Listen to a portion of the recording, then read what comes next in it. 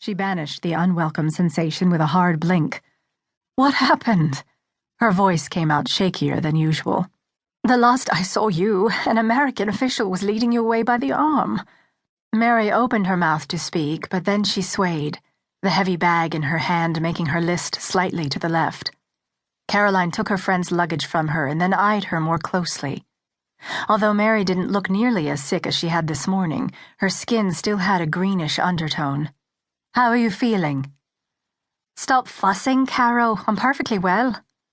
Bold words, spoken with an oh-so-confident manner, but then Mary made the mistake of lifting her chin, whereby she promptly lost her balance. Caroline automatically reached out to steady her. "Perhaps we should call for a doctor." "No." A shudder passed through Mary. "No more doctors poking at me, or asking their endless questions." She looked over her shoulder and shuddered again. "We should go, before he changes his mind." Something in the girl's expression, a cross between uneasiness and regret, gave Caroline pause. "He? The doctor who let me through?" A faraway smile spread across her lips, making her look almost ethereal, as if her mind was somewhere else entirely.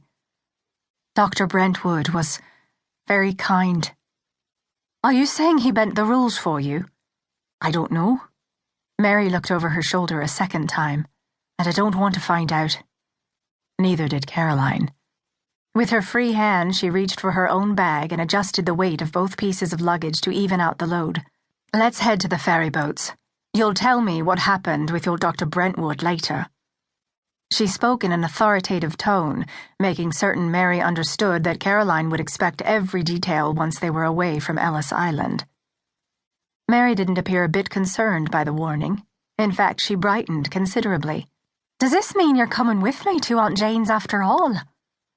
Although Caroline had never agreed to travel into the city with her friend, much less stay at her aunt's home, she couldn't leave the girl to fend for herself, not now. Not with her skin leached of color and her balance still questionable. "Apparently I am." "Praise the Lord!" Mary smiled even brighter. The gesture added a hint of pink to her cheeks, and she almost looked like herself again. Almost, but not quite. Mouth set in a determined line, Mary reached for her luggage. "Let me take that from you. I'm quite capable of carrying my own bag." They both knew that wasn't true. "Of course you are," Caroline said in an appeasing tone, "but I'm perfectly balanced. You'll throw me off if you attempt to assist me now." Mary sighed, but she didn't argue, which only confirmed Caroline's earlier suspicion. The girl had yet to fully recover.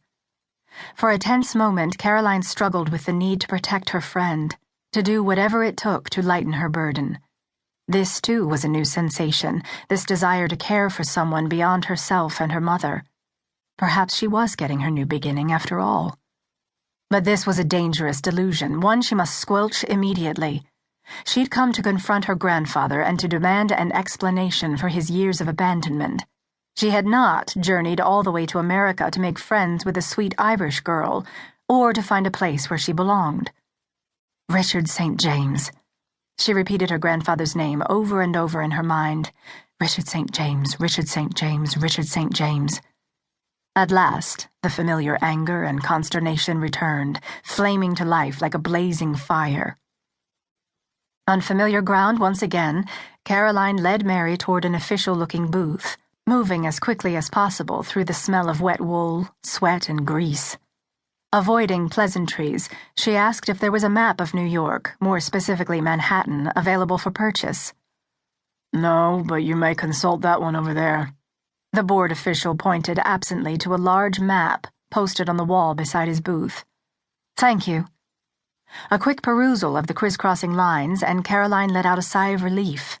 She'd assumed the city's layout would be as complicated as London's, and thus it would take her considerable time to learn her way around.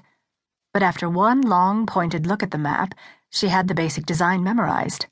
The streets, avenues, and boulevards created perfectly spaced squares, running east to west, north to south, with a large park in the middle. Mary pulled in close beside her, her gaze on the map as well, her brows drawn together in confusion. "Do you see where we have to go?" "That's Orchard Street there." Caroline ran her finger